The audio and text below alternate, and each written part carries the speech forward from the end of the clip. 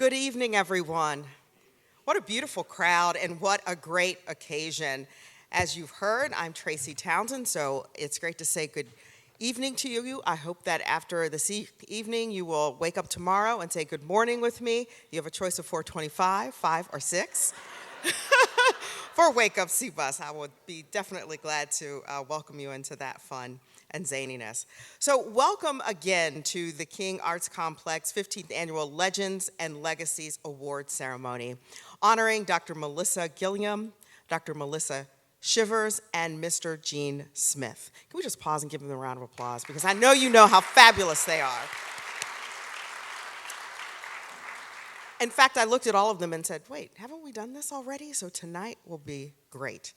Legends and Legacies recognizes the very rich and diverse contributions of individuals who have shown their commitment to human rights, artistic excellence, and service. Their actions have influenced and impacted their community, their city, state, and nation through philanthropy, service, leadership, creativity, and vision.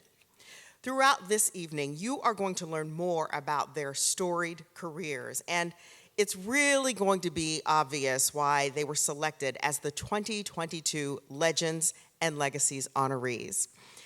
As we begin, we'd like to just take this moment to recognize any elected officials who are here in the audience this evening. If you could stand so that we might acknowledge you and thank you for your service. Any elected officials?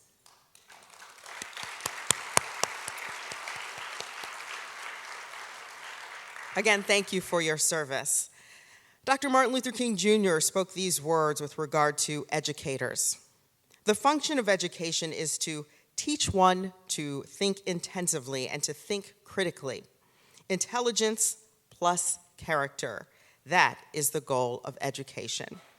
And I think it's pretty safe to say tonight's honorees have instilled the words of Dr. King in the students they have taught and impacted over the years. They are inspiring others to serve as they lead by example. Our honorees, Dr. Gilliam, Dr. Shivers, and Mr. Smith, are driven to remove barriers to student success and encourage students from diverse backgrounds and walks of life to discover their true potential and to prepare them to be leaders and engaged citizens.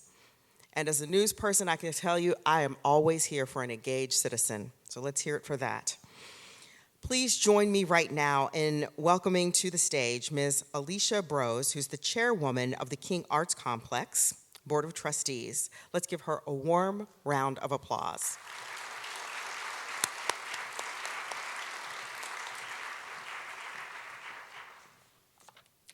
Good evening, everyone. On behalf of the King Arts Complex Board of Trustees, staff, and volunteers, welcome to the 15th Annual Legends and Legacies Awards Ceremony. We would like to thank all of you for joining us this evening. We are excited to honor Dr. Gilliam, Dr. Shivers, and Mr. Smith. Together, these exemplary professionals have enjoyed tremendous success in their careers, receiving many accolades along the way.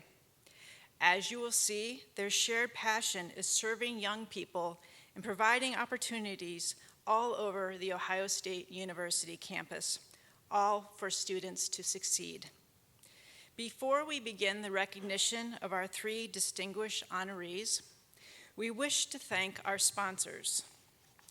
Platinum sponsor, American Electric Power Foundation.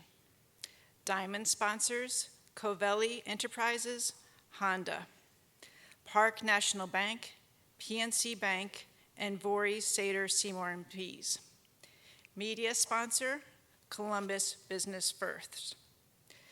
Premier sponsor, the Legends and Legacies Host Committee. Presenting sponsor, The Ohio State University. We would also like to please join me in thanking our honorary co-chairs, Linda and Michael Kaufman, our host committee co-chairs, Donica and Keith Key, Jennifer Massanova and Louis Von Threr, and Nakia and Michael Red. We would like to thank the entire Legends and Legacies host committee, whose names are listed in the program and are scrolling behind the screen for me. In addition, there are a host of gold sponsors and event sponsors who have supported tonight's event. They are listed in the program and are recognized on the rolling screen as you are being seated. Please join me in thanking all of these wonderful sponsors for making tonight possible.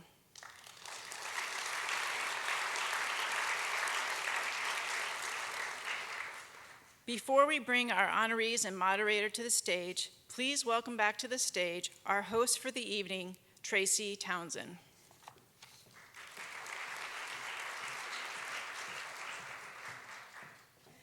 Let's give Alicia another round of applause.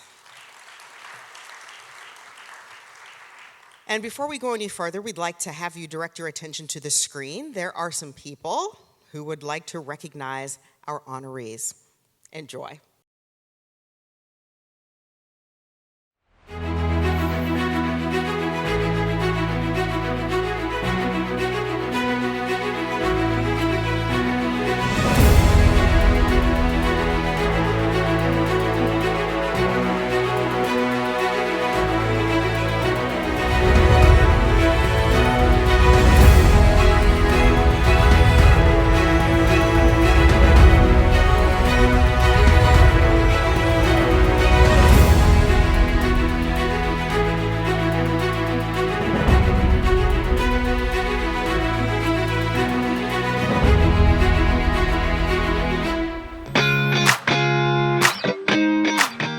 I don't know that I've ever met anyone more accomplished than Dr.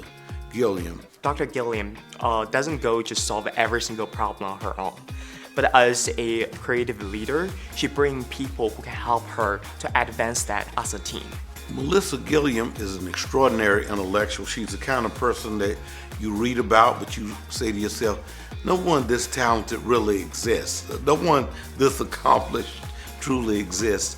She is an excellent choice by President Johnson for Provost. And she is already driving the arts agenda on campus, and she will drive the arts agenda in the city of Columbus. And we are thrilled to have her here, and I'm thrilled to count her as a friend, and I'm thrilled to get to hang out with her from time to time. She understands not only the importance of the state land-grant university, she understands the importance of academic excellence. And that's where I think Ohio State's profile will be enhanced. You know, Dr. Gilliam is new to the university, but she really assimilated very quickly. In my estimation, my school's motto was Forte Gratum, and that's strength and grace.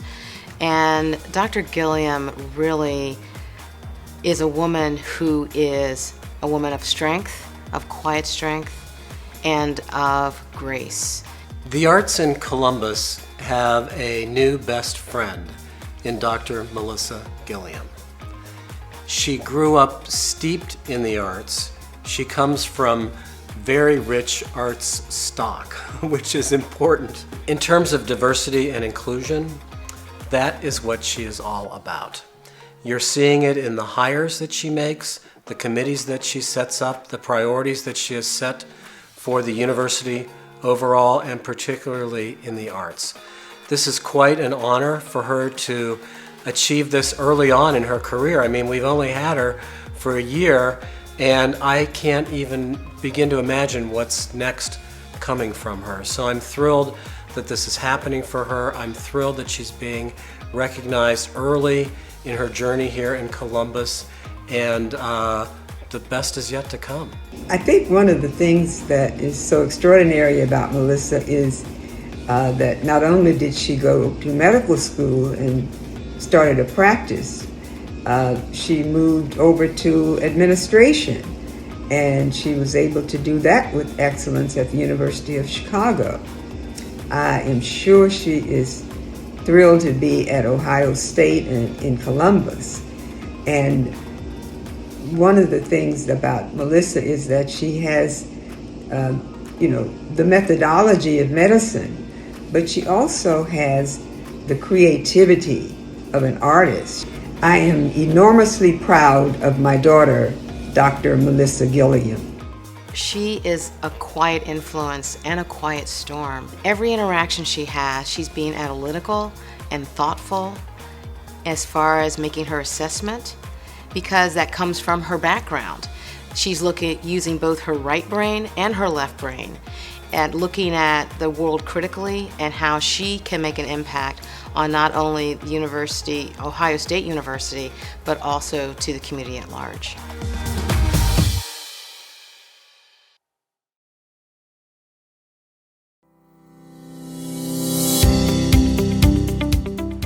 Dr. Melissa Shivers is absolutely amazing. She is a true leader and visionary who does her best to bring her authentic self to work each and every day. First, she's very intelligent, hardworking, very dedicated to students, and loves her work and loves students, faculty, staff, and alumni.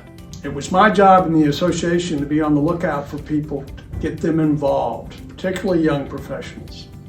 And it was easy to spot Melissa as a person of great potential. From the first day she stepped foot on this campus on here and building the staff on there, first and foremost, every procedure process that we put in place, from the staffing, hiring the staff, was intentional.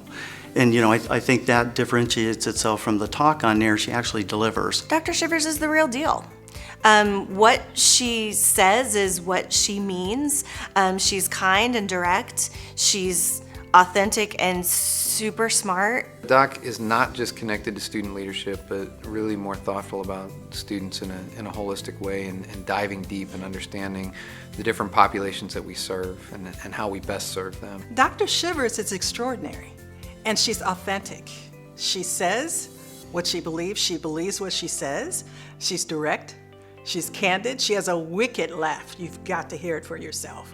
You haven't had a good time until you hear Melissa Shivers laugh during a meeting or a private conference or what have you. Dr. Shivers has a huge heart. She is someone who is a visionary. And when I think of a legend, I think of somebody who makes a place better than when they found it. And certainly throughout Dr. Shivers' career, she's done just that. Upon meeting Melissa Shivers, one would say to oneself, a parent, for instance, would say to oneself, this is a person in whose care I would entrust my most beloved, my children. She has the ability to connect with students on their level, which is what you need in a dean of students.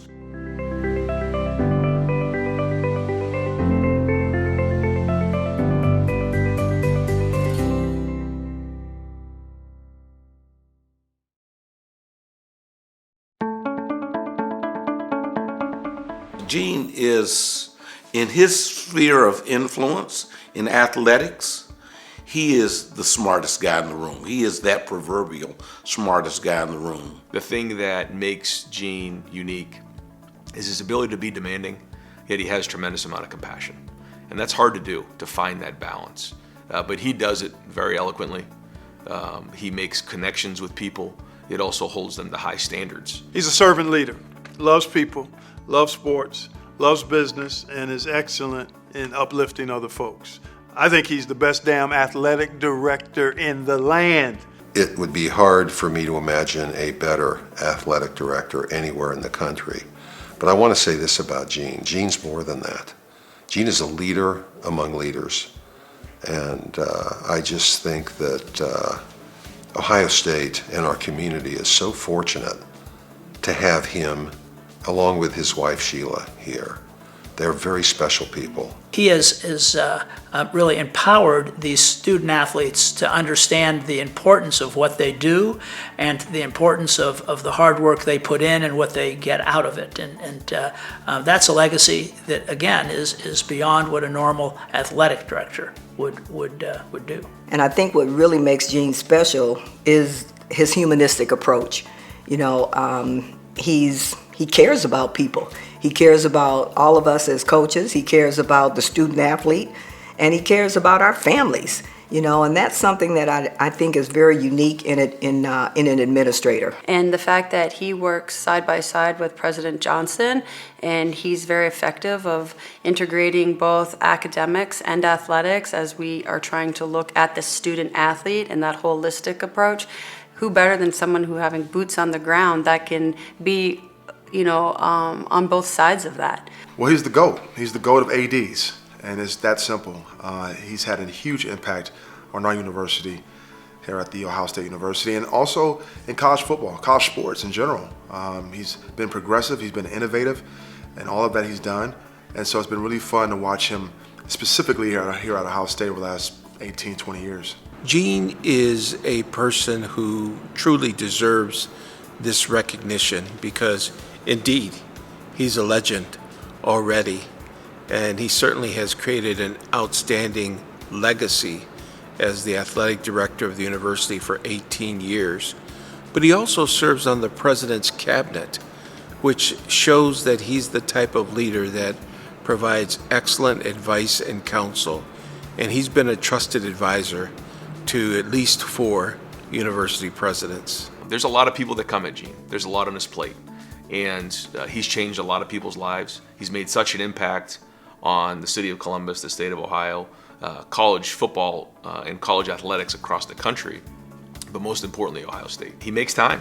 He makes time to make personal connections, and I think he recognizes that in order for the athletic department to work as a whole, everybody has different roles. We are so fortunate to have Gene as our athletic director, and he is a person who is so focused on the student athlete and focused on the whole person. So his voice in college sports looms large, and in the Big Ten, he's just a force. I mean, he is the person that people turn to, not just because he's at the Ohio State University, but because he has such wisdom and common sense. You know, I think the biggest thing he's done is take a look at the big picture, recognizing that some athletes are uniquely gifted and fortunate enough to go on and make a living in their sport, but most won't. And how do you serve all of the athletes to help them be their best and to pursue opportunities that are in front of them and even help them discover things about themselves that they may not know? So programs he's instituted, the way he's connected student athletes to the business community to student athletes. He is always trying to push the envelope. He thinks outside the box, very adaptive to the times. And that's a great sign of a great leader, is their ability to be adaptable to the times, and Gene has certainly done that. And he has left an indelible mark on the university. And to me, we will never live to see the Gene Smith.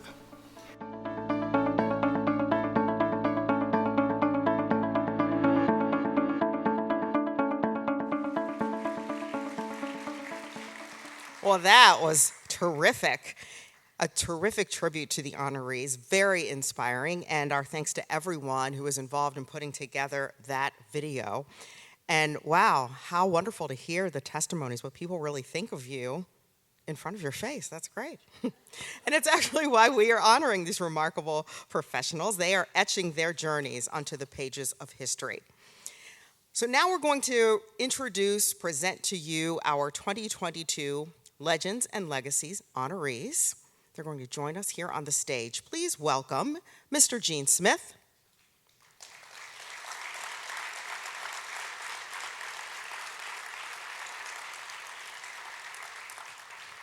Dr. Melissa Shivers,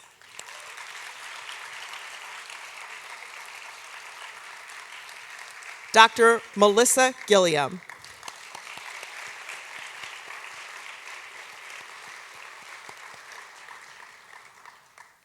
okay, our moderator tonight for the fireside chat is Dr. Christina Johnson.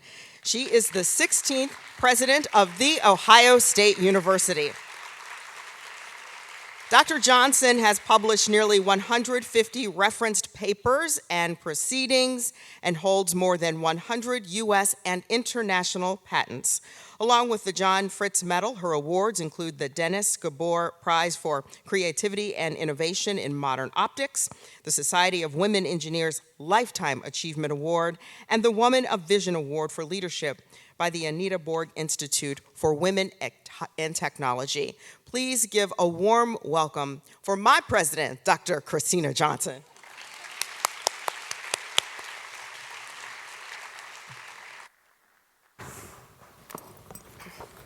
Well, good evening. First,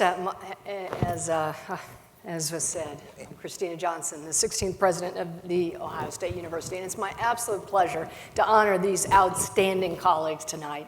And I'd like to first thank the King's Arts Complex, the honorary chairs, the host committee co-chairs, and the members of the committee, as well as the sponsors for just recognizing, giving us the opportunity to have a little fireside chat here. So let's get started. Congressman Elijah Cummings.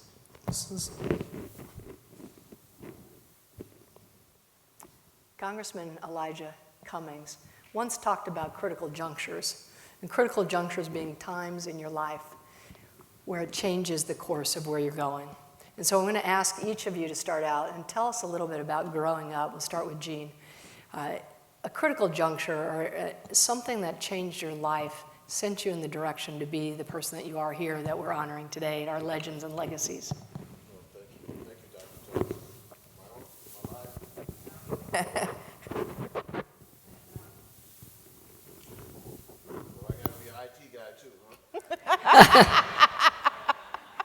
Is that good? No. Lift the mic. Uno, dos, tres. There you go. Yeah, that's better. Yep.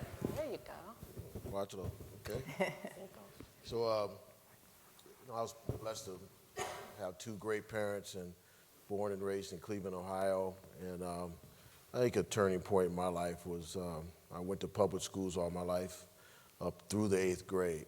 And my father sat me down one time and said I was no longer going to go to public school. I wasn't going to go to John F. Kennedy High School. It was frankly only 3 blocks from my home, which was the normal rite of passage. So he said I was going to go to Chanel High School in Bedford Heights, Ohio, which is about a 25-minute bus ride. And I think he sensed that if I stayed in the public school system with the guys I was hanging out with, I may have ended up in a different place. So he sent me to Chanel High School, all boys, 500 Catholic school. I was not Catholic, and 2 of the other students there looked like me. The rest did not. And that was troublesome, but I don't know what I did to piss my dad off because there was no women there. That really pissed me off. Like, what did I do? And so, but anyway, so I think that was a turning point. He took me and put me in an environment where I could grow and learn differently, and I benefited from that decision. It's awesome. Melissa Shivers, tell us. Thank you, President Johnson, for the question. You know, I think a lot about where I am, but I really think more every day about where I've come from. Born and raised in a very small town in Georgia, a city called Commerce, Georgia. Really small town. There were 53 people in my graduating class, and 3 people of color, and 1 went to college. And I really give my mom full credit in raising 2 women who were clearly going to go somewhere, but we didn't know where. But I'll never forget the day that she told me, you have to go to college. I've never done it, but you can't stay here. I want something more for you, and I know that you can do it. And I remember being very clear in high school where we didn't get invited to go to the college fairs. If you all remember, they would have college fairs at your school and you would get invitations to leave class to go to the college fair, but they had already decided that based on our socioeconomic background that we would not be college material. And so Georgia Southern sent me a flyer in the mail. I had taken the SAT once, and they accepted me. And so for me, that was the first signal that said life is going to be different, but you've got to make really good choices along the way to get to where you need to be, but also what your mom has done, she deserves for you to be successful. And so for me, getting that acceptance to Georgia Southern was where my life really changed. Wow. Melissa Gilliam. Sure. So I think it's harder for me to point to a single event, but I can tell you a little bit. I grew up in Washington, D.C., so it was a majority-minority city, so I didn't quite understand the definition of minority. And my mother had a friend, Eleanor Traylor, who would every New Year's have parties, and it would just be writers and artists, and we'd gather at her house. And I remember someone saying to me, I think I was probably maybe 6, said, well, where are you going to college? And I came up with a name. And then he said, okay. And then where are you going? I was like, what? He goes, after college, you go to graduate school. And it was just that idea from a very early age. Someone told you what the pathway was and what was expected of you. And not only did I believe it, I did exactly what my 6-year-old self told him I would. In the exact school. That's amazing. So you earned a bachelor's of English literature at Yale. And then you went to Oxford and got a master's in philosophy and political science. Then you decided to go to medical school at Harvard. So tell us about how that path, and was it the natural unfolding of what you'd planned for your 6-year-old self, or was something else that intervened? No, not at all. So as an undergraduate, I was an English major. I completed my pre-medical courses and got very involved in politics, mainly around issues of apartheid. And so I thought, I'll keep going in academia. And so that's how I ended up at Oxford studying philosophy and politics.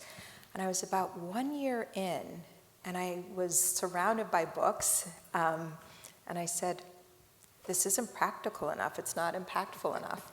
And so it was just one of those epiphanies. I thought, I have to go to medical school. And so that summer I applied to medical school and pivoted to Harvard, and that's history. The rest is history. Melissa Shivers, first-generation student, 3 degrees.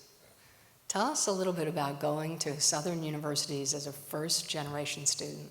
Yeah. Well, I first want to shout out all the guidance counselors that didn't invite me to college fairs. I want to thank them for those 3 degrees. But to your point, President Johnson, growing up in the South was not easy. Everything was very much black and white. Religion was very much at the core of everything that you do, and certainly was a central focus within my family. And so transitioning into higher education as a first-generation college student with a parent who didn't have the tools really to help me navigate the academic experience, but she was really good about praying for me to make sure that I was making all the right choices. And I told her I made all the right choices every day. I'm not sure she believed it, but 3 degrees suggest I did something right. I think growing up in the South for me has given me a very interesting perspective and worldview. I think I have a great respect for, in particular, African American history, the struggles. Watching them in real time by living in the South is not something that you ever forget, but you learn a great deal from. For me, it serves as a tool of strength and the ability to be able to navigate all sorts of spaces. As a graduate from Clemson and from University of Georgia and from Georgia Southern and spending time at the University of Tennessee, I've had to navigate over my 26-year career a lot of interesting things, but I think that background is what has really helped me to be able to navigate in the way that I've historically been able to do. Well, many of the things that you navigated, and we'll talk about that a little bit later, 2 years of COVID, so thank you for your leadership there. Jean, you're also a first-generation student, went to Notre Dame. Maybe talk about sports and the access it provides the athletes and how that drives your dedication for the 1,000 athletes that you serve here. Well, it's still personal for me. As I shared, I went to Chanel High School, and the transition into that environment was challenging. It was at a time when, we were just finishing the race riots in Cleveland. And here I was in Bedford Heights, Ohio, a black kid from the east side of Cleveland and busting out there. And I found I'd never had organized sports where I grew up from. So all of a sudden I got organized sports, and that became kind of my cocoon to deal with all the issues that I was going through.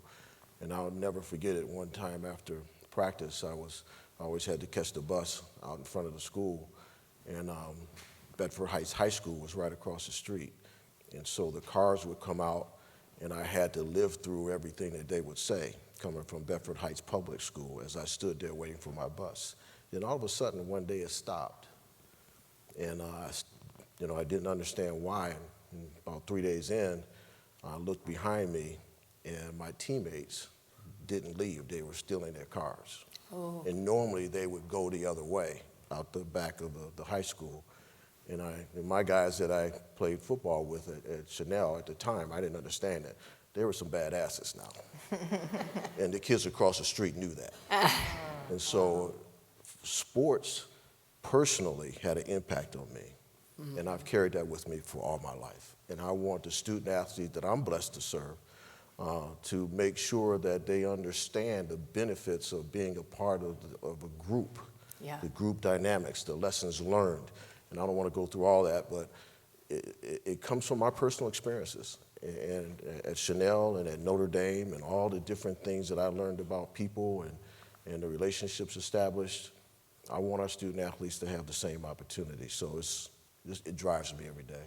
Yeah, your teammates literally had your back. All the time, yeah. all the time.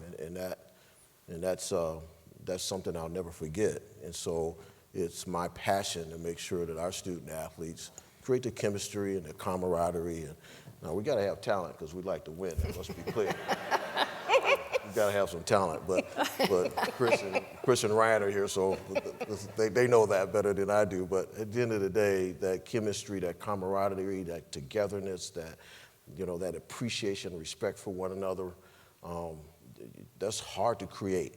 Yeah. But those are the lessons that our student athletes are blessed to learn. So we need to make sure in that cocoon, that we create that environment so that they learn that. That's awesome. Melissa Gilliam, Executive Vice President and Provost of one of the largest, best public universities in the entire country. I think we're number 4 in size and going up in the rankings. So what about your background prepared you to lead this storied institution?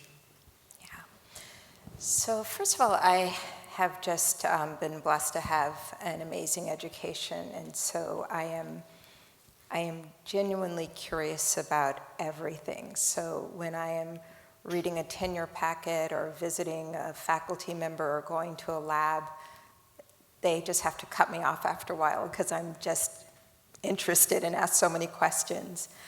I think the second is both my scholarship and as a physician, I've worked with adolescents. So I just deeply believe in young people. With all my heart, I just have so much confidence and so much faith in young people. They're really my people. And so being on a college campus and looking out of my window and seeing college students, it just really lifts my heart.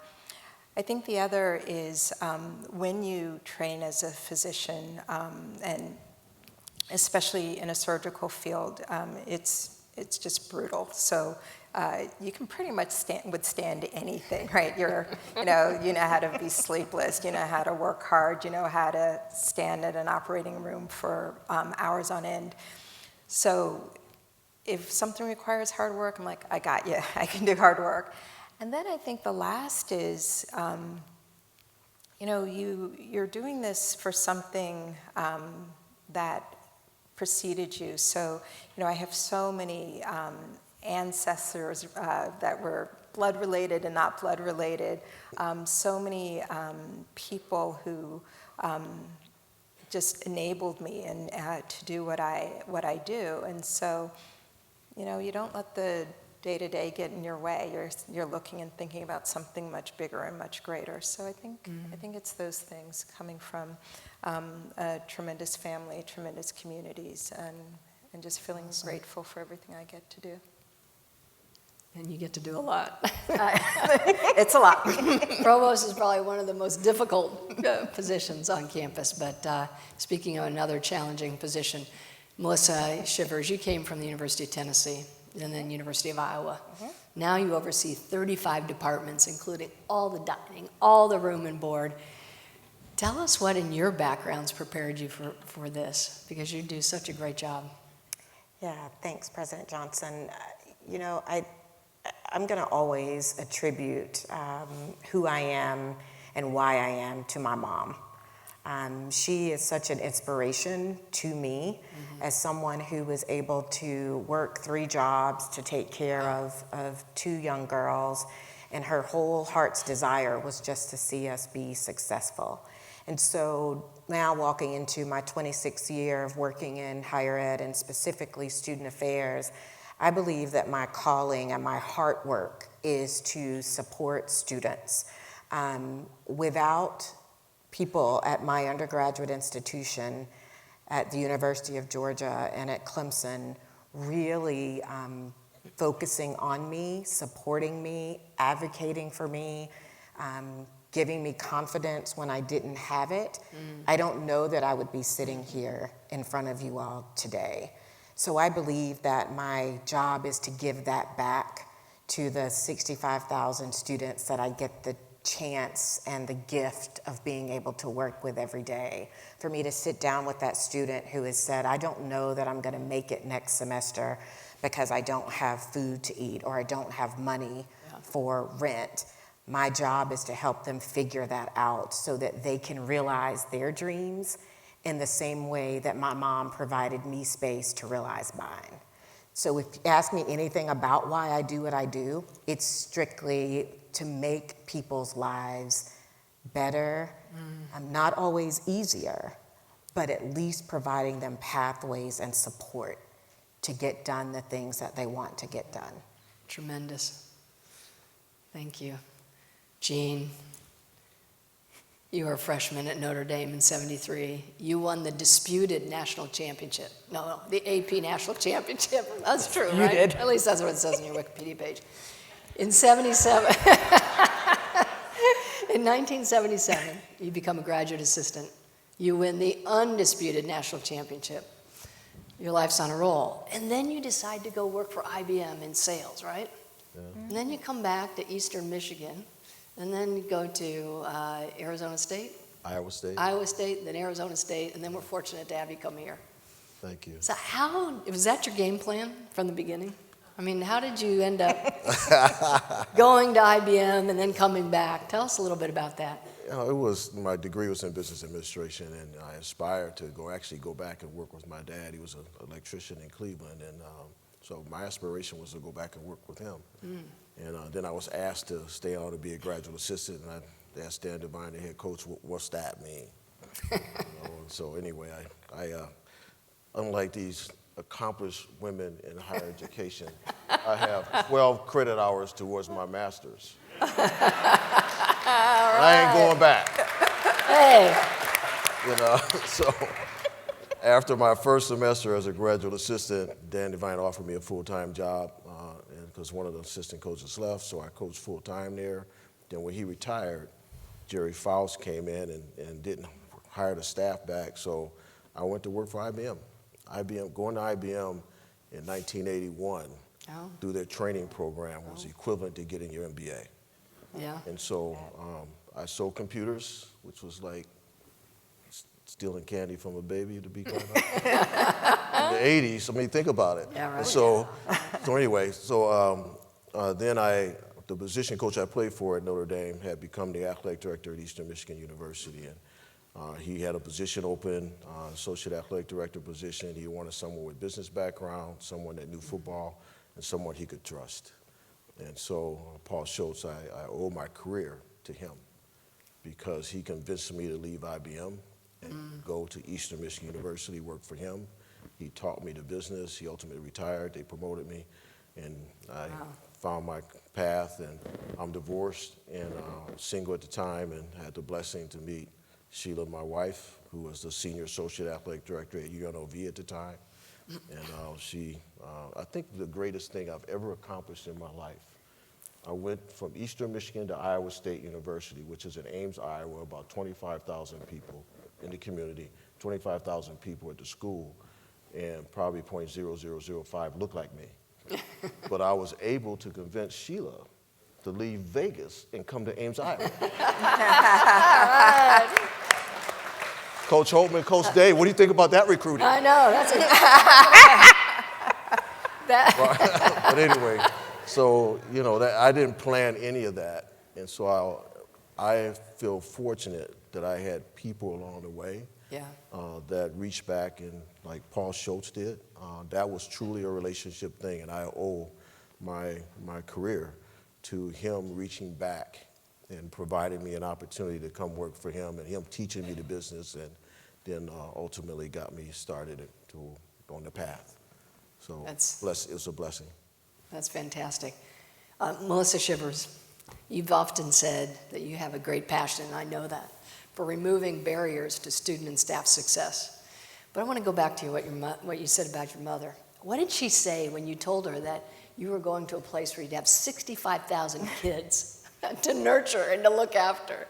Well, it's so funny because she sees my life primarily because all my family lives in Georgia. So she sees my life daily via Facebook. She can't figure out Instagram yet, but she can manage Facebook. And so when she calls me on Sundays and she says, "Do you really work? It always looks like you're just having fun," because I don't post the challenges, right, on Facebook. That would be really hard to explain, and I probably shouldn't share all of them on Facebook.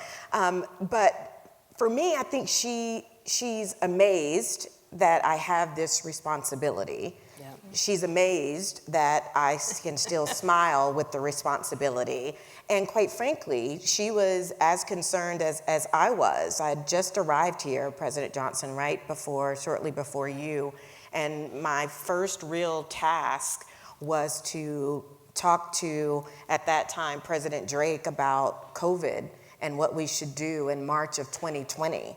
And so I said to somebody, this might be the shortest tenure of a vice president for student affairs in the country, because I can't support us bringing students back to live in a residence hall. There's 16,000 humans with an inability to manage physical distancing, right? They're all in spaces together.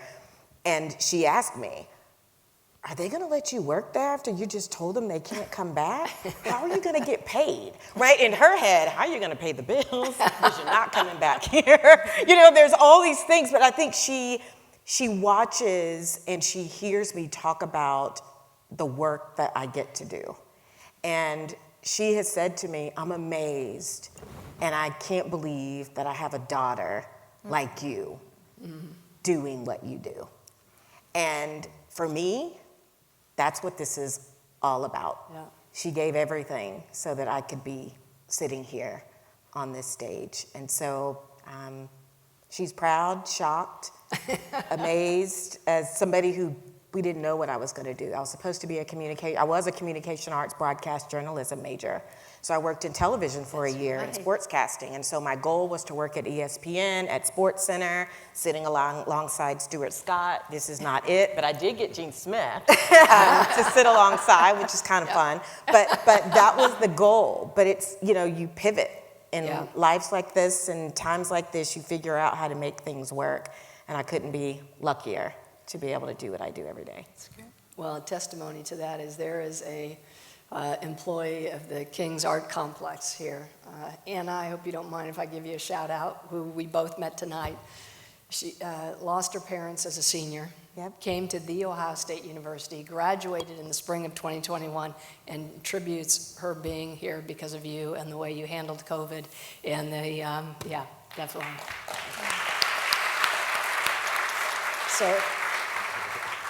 So thank you for sharing that, Anna. When you were appointed Melissa Gilliam, I got calls from faculty I knew at Duke. And they said, "Girlfriend, you just hired royalty. And I said, okay, tell me a bit more about that. She goes, you don't know who her parents are? And I went, no, I guess that wasn't on her resume. So tell us a little bit about your mother and father. Sure. I mean, we saw your mother, which was awesome. Yeah, so my mother was the first Black woman reporter at the Washington Post. And so similar to you, Dr. Shivers, I had the experience of watching a mom raising 3 girls and working really hard and being the only one in the newsroom. And so, you know, I didn't have very many delusions that work would be easy. I knew it would be hard. You know, it's a thing to say, oh, you watched your mom all of those years being the first Black woman something, and then to have that same type of experience. You wish the world was a little different, but happy to be the first. And then my father, who passed a few months ago, is an artist, and so, you know, again, just an amazing story. My mom was born in Tennessee, and my father was born in Mississippi. And I will say, on a regular basis, I get photographs of people. I'm in the Met. Look what I see. I'm at MoMA. I'm at the Tate. I'm traveling around the world. And so it's really given me just a sense that talent is everywhere. It is everywhere. Now, opportunity is not equally distributed, but talent is equally distributed. Yep. So I would say that watching them and knowing, you know, what it means to come from very, very low-income backgrounds, but, you know, given opportunity, people can do anything. So. Well, to that point, we last holiday, December, we had a gathering, and Dr. Gilliam came into the residence Pizzuti home, and we have a lot of art there, some from the Pizzuti collection, some from the Wexner Center for the Arts, some from the Columbus Art Museum. And I was so embarrassed. You walked by and you said, oh yeah, that's my dad's. And you know, the type is so small in the little cards, like I never looked close enough to realize it. It was so funny, but that was really, really fun. Jean, you are, according to the testimony, and we all know that, the best damn athletic director in the land. Kind of want to know, how do you split your time between taking care of the 1,000 student athletes, your responsibilities on the Big Ten? Jean you chair, don't you, the Media Rights Committee for the Big Ten? We should give you a big round of applause for that alone. You also sit on a couple NC2A national committees where they're dealing with some pretty heavy issues, and thank goodness for your leadership. You also have 4 children and 8 grandchildren. So I guess the question I would ask is, you know, did you learn how to nurture all those people from your mother? And any story you want to share about your mom? I mean, yes, I learned a lot of my values from my mom. I learned my work ethic, I think, from my dad. My dad was an electrician, and my heroes are the masonry guys, the carpenters, the plumbers, the construction workers. Those are my heroes. Because I grew up with him, working for him from the time I was 5 to all the way through college, frankly. Even when I came home for breaks from college, I went to work for him. But my mom taught me the greatest values, respect for others. You know, I can tell you stories she told me growing up in Hawthorne, Florida in the South. But she taught me respect, she taught me integrity, she taught me to appreciate all types of people. You know, she was the one, when I went to Chanel, that I talked to the most, because I was still pissed at my dad. So I couldn't talk to him about anything, but I'd come home and I'd talk to her about, you know, why you guys did this to me. And then she might tell me to go get the switch, and I say, okay, I'm cool. But anyway, so mom was the one that I talked to the most. Yeah. And she taught me how to care. She taught me humility. She taught me my biggest values that I hold dear today. And so I owe so much to her. She was a nurse. She was a 33-year nurse, and she had that kind of bedside manner with me. And I've tried to have that with our children and our grandchildren the same way. And Sheila handles all that and so manages our calendar so we can have some balance with our family. I attribute that sensitivity that I have, that Coach Day talked about, and the coaches talked about. I attribute that to my mom. And I feel blessed to have had her. That's terrific. Well, the final question, couldn't we stay here all night and just learn more from the legends? So the last question for each of you as we close the evening. Hope it will be very far in the future, but when you look back on your time at we used to call it the Ohio State University, now it's just what's your legacy? This is a night of legends and legacies. Tell us what your legacy is going to be. Start with Dr. Gilliam. So I think one of the reasons I came was, because of the opportunity that you, President Johnson, President Dr. Gilliam. But one of the opportunities that you created, and one of my colleagues, Andy Thomas, summarized it really well, which is just this is an opportunity to, following in what we've done in scholarship, in athletics, following what we've done in student life. Mm-hmm. This is really the time for really to focus on academic excellence of Ohio State. And I think you two have created the precedent, and you've created the opportunity, and that's where the legacy should be. Academic excellence, love it. Dr. Shivers. I think when I think specifically about student affairs as a profession, when I came into it 26 years ago, we were told that we needed to work 80 hours a week. Mm-hmm. You need to say yes to every committee. You need to do all the things so that you can advance. I think over my career, President Johnson, I've gained a much deeper appreciation for being a great professional and being a great human. And so for me, what I hope my legacy will be at Ohio State is continuing that focus on student and staff success, but doing it in a way that actually accepts and invites people to take care of their own health and well-being first in order to be able to provide and support our students. Mm-hmm. And I think student affairs, that hasn't been our mantra, ever. We loved being the ones to say that we work 24 hours a day. Yeah. It was like a pride point. Right. And my goal is to turn that on its head in a way that demonstrates that student affairs as a profession can be a profession where you can have work-life harmony, mm-hmm. that people don't feel like they have to choose between their family and their work. Yeah.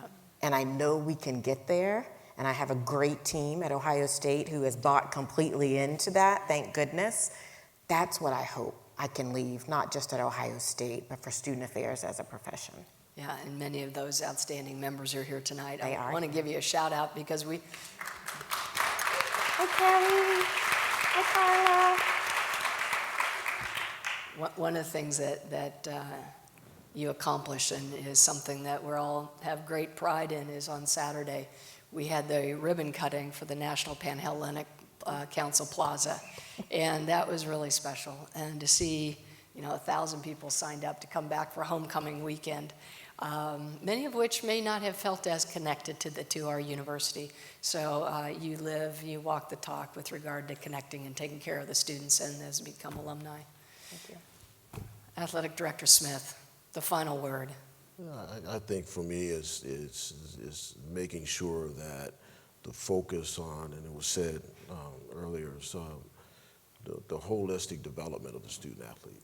And we all go to the shot, we go to the shoe, we go to our different events to cheer on our student athletes, and we go. We go because of the emotion, the passion. We don't go there because we're going to actually walk away with something physical. It's an emotional thing. It's like going to a concert. It's an emotional thing. And so I want the appreciation for the person to be understood by our fans and by everyone who watches athletics. And then I want our student athletes to truly, truly grow as people. Now, winning's a part of that. Okay, you win more, you learn more through winning than you do losing. You know, people say you can learn something through losing. Well, you can do that when you're 5 years old. So, you know, we want to have that winning experience so that they can grow. But I think, you know, for me, you want to have, I would really like a continuous culture where the student athlete is focused on as people. Yeah. As people.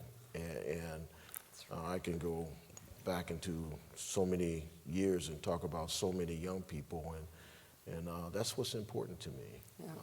You know, they're going to excel in the pool or the court or the field or whatever, but we got to make sure that they grow as people. And those that have an opportunity to go and represent our country and chase the gold medal, great, support them. And those who have a chance to go play professionally, great, support them. But, you know, that's like 1%. Yeah. The rest of them, we got to find jobs and get them off of their parents' monthly payroll. That's the deal. Yeah, thank you. So. Well, fantastic answers. I think you can all see why we at Ohio State, Columbus, and higher education are blessed to have such exceptional leaders as the three of you, and I'm honored to serve with you. So thank you very much for this evening. Thank you. Thank you. One more round of applause. They're awesome. Thank you.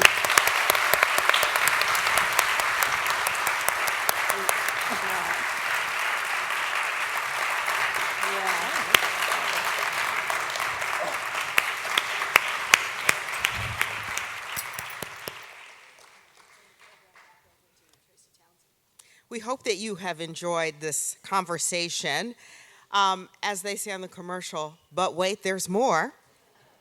The King Arts Complex will install the plaque on the stage in their permanent collection. I'm not going to read all of the beautiful wording on that, but the final paragraph, we did want to share that with you and make sure that you get to take a look at that.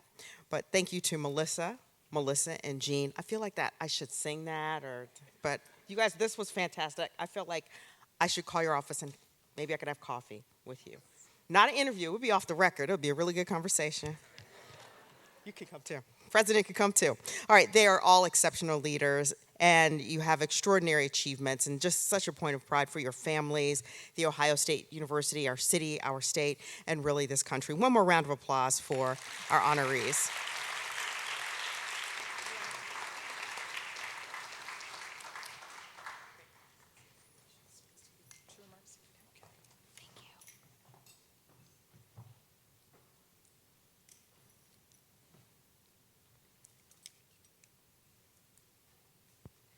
Lou, thank you so much.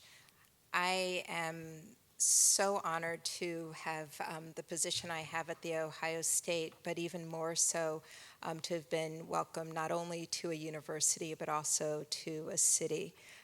It has been just incredible to me that the city of Columbus would open its arms so wide for someone who arrived in the tail end of a pandemic. I also was only here for a very short time when I was told that I was getting honored at the Lincoln Theater. And as Mayor Coleman just told you, there have been so many greats that have come through these hallowed halls. And so to be on this stage means everything in the world. And finally, just to have shared the stage with these colleagues who I learned so much from, and so many colleagues in the audience who, again, I learned so much from. And then just thank you, as always, to my husband, Bill Grobman. So thank you all.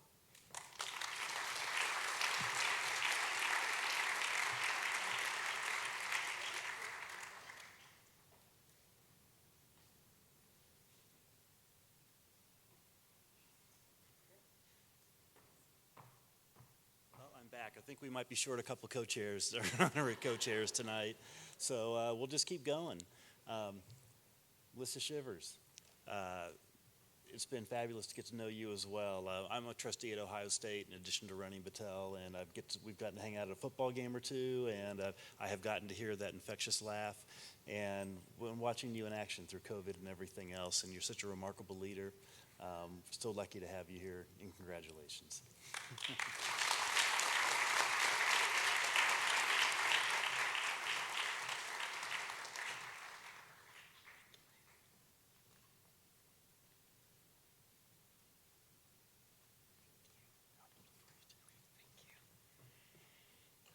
Wow, what a wonderful night.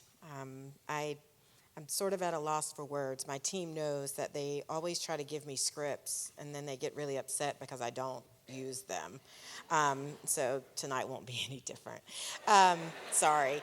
Having worked in higher education, as I said earlier, for 26 years, I've had the chance to work on some pretty tremendous campuses and work with some really great communities.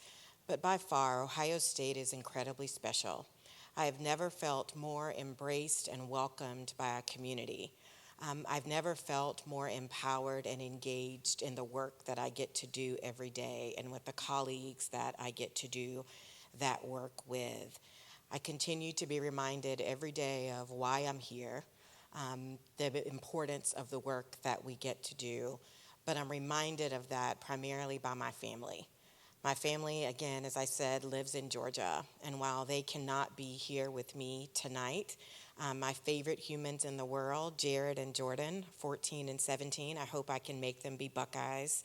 I'm working really hard. I'm bringing them to the Iowa game. I'm putting them on a plane by themselves. So I'm going to convince them about the scarlet and gray.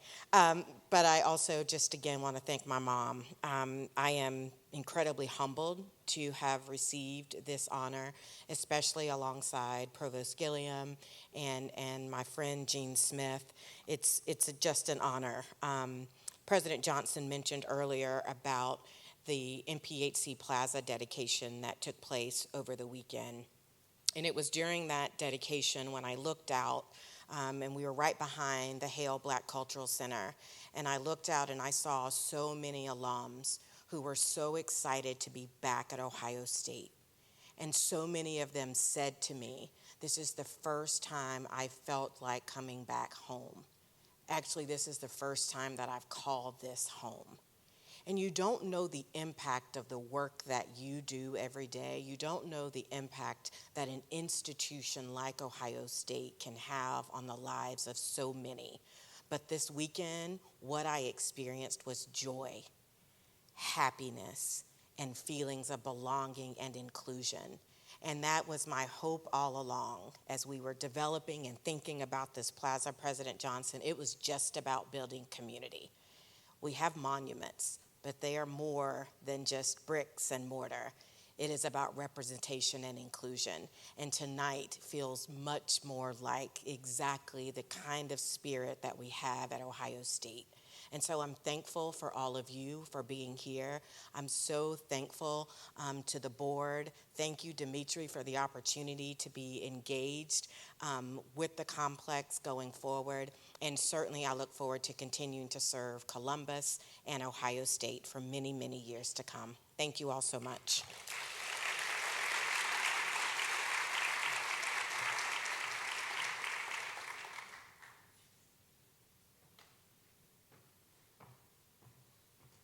Well, Jean, Jennifer, and I knew that Akia and Michael couldn't make it tonight, so I was planning to do yours. But, what else can we say? Clark got it right. I think without a doubt, and we all know this, that we do have the best damn athletic director in the land. And Jean's leadership, you're probably the person I've gotten to know the best of the group over the last 5 years. I've watched Jean interact with the kids. I've watched Jean work to bring in new coaches, to work across this. When NIL happened, as a trustee, we were wondering, how the heck are we going to make this work? Jean took a deep breath, stayed curious, and came up with an entrepreneurial program to teach our students how to deal with this and teach our athletes how to make this actually work for them.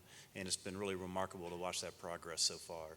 So, Jean, we're so lucky to have you here, and we're so lucky that you continue to do it. So hopefully your bride will continue to share it with us for a while, and we can keep those winning seasons. And, Jean, there's only one way I'm ever getting a ring, buddy. You and Ryan got to win a championship while I'm still a trustee.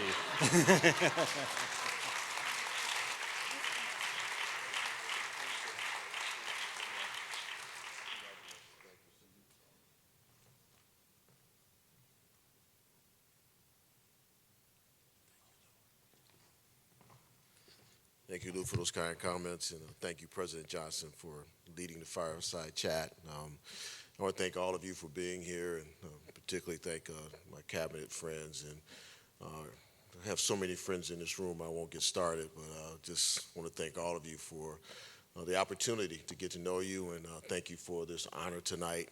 It's truly meaningful to me, and all the great things that were said on the video by some very good friends, I truly appreciate and take to heart. I do want to thank my boss, my wife, Sheila. Thank you. Appreciate you being here, and thank you for all your love and support over the years. The 18 years here, it's been fun. It's been a fun ride. There's been some challenges along the way, just like we all have in life, but we've always kept our focus, and that's what it's all about, having an opportunity to create an environment for our student athletes to be successful and create remarkable experiences for you as fans. And I want to thank Coach Holtman and Ryan Day, Coach Day, for being here, and their wives. It means a lot to me to have two of my coaches here, and particularly when it's got a pretty freaking important game this weekend. I'm like, what's going on here, man? It's Thursday night, But anyway, I really appreciate them being here. You guys mean so much to me, and I appreciate you. But just thank you so much for what all of you are doing here tonight. The King Arts Center on the Lincoln Theater, this community is so important to the fabric of Columbus. We all need to do everything that we can to continue to lift it up in any form or fashion. Tonight is about that. We're honored to be honored, but the investment that we all make in this community will make Columbus better. And so I appreciate all of you making that sacrifice. So thank you so much for the honor. God bless you. Go Bucks. And join me in welcoming to the podium the amazing, awesome Demetrius Neely.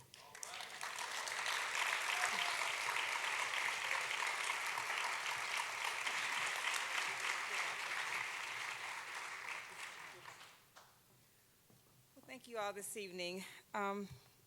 As Tracy said earlier, there actually is a little bit more. It's the final thing. So there's a video that needs to run. It's a congratulatory video. And after the video runs, I will say just a few words and we will be over. But can we run the congratulatory video?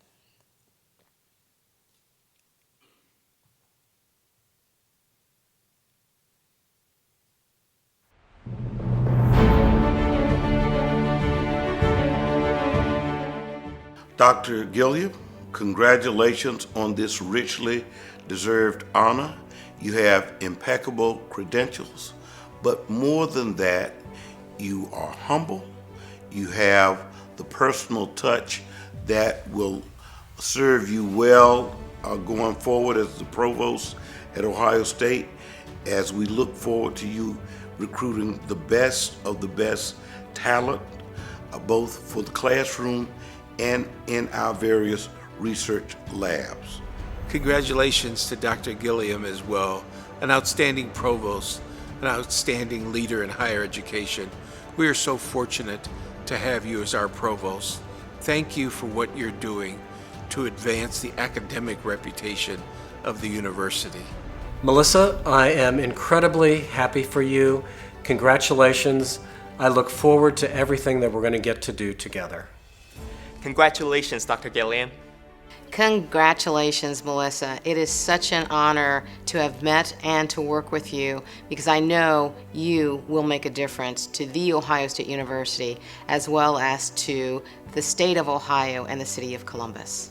Melissa, congratulations on your award. I am so happy for you and so proud of you.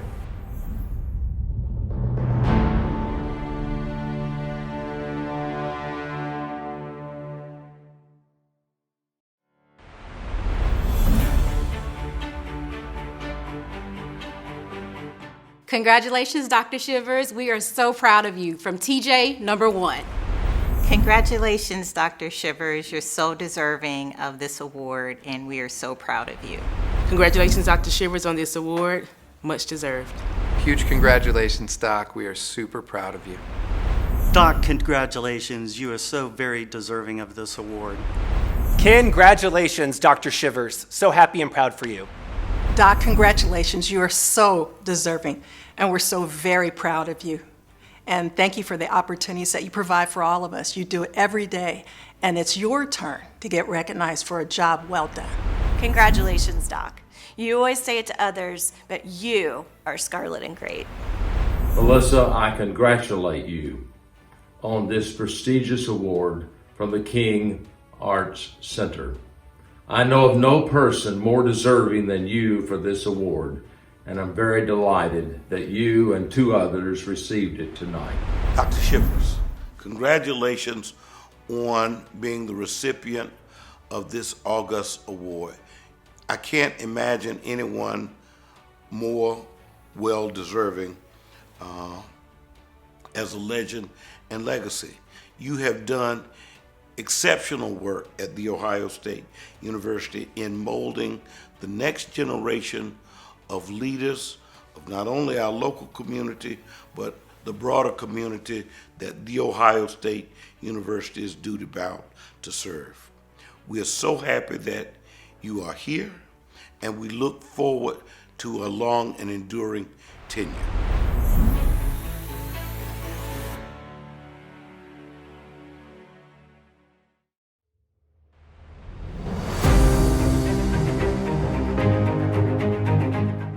Congratulations on this richly deserved honor.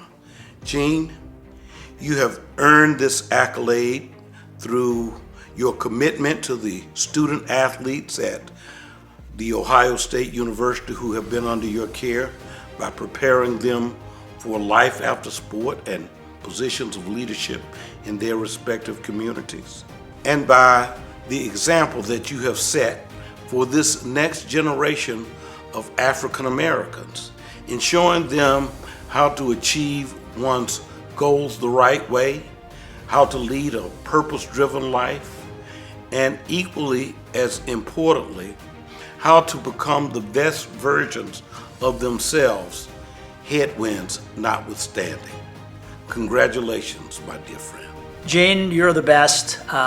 You've been a great friend of mine since you came here to Columbus, and it's just been a pleasure to go to athletic events with you and see how you have raised the profile of our student athlete at The Ohio State University. Jean, I want to congratulate you. As a proud Buckeye, you've not only made our state proud, but your native Cleveland proud. And I'm so glad to call you my friend, and I'm just so happy for you. Keep up the great work. Jean, there is never any doubt that someone of your stature and your legacy that you're leaving should be given such a phenomenal award, and I just wanted to say congratulations to you, as you are so deserving of this.